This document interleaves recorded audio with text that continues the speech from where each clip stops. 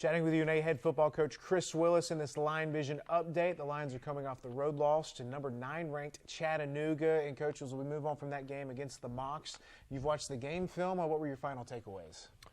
Well, I mean, when you play a team as good as Chattanooga, who's picked to win the conference, number 9 or 8 in the country, who's going to go really far this year, you can't add on to what few mistakes you hope to have. You're going to make some mistakes in the game. There might be some setbacks where you don't score that drive, or you maybe give up a field goal. They may hit a big play here and there, just like in any game. But we escalated it by having 2 blocked punts.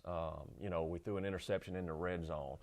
A game like that will stay in check as long as you're controlling turnovers and penalties and mistakes such as in special teams. But in that game, unfortunately, we had two punts that were blocked, which they didn't necessarily block them. They knocked our shield back, and we didn't protect it the right and proper way, and then the timing of the punter. But something we're going to have to work and get better at. But that made the score and the gap get a little bit further apart. I thought we played better after I watched the film than you saw in real time. But once again, you can't have an interception in the red zone. You can't have 2 blocked punts.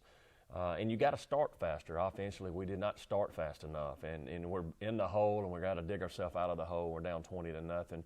Lions return home this Saturday. Homecoming, coach. Last home game, it was a great crowd, great atmosphere. Tarleton State, the opponent. What can you tell us about the Texans? Well, I mean, really good football team going through a transition, just like we are. They're in their last year, I believe. Listen, anytime you play schools and come from Texas, they've got really good talent and good athletes. They're really big at at the wide receiver position. Got a transfer quarterback from Kentucky in there that's playing really well.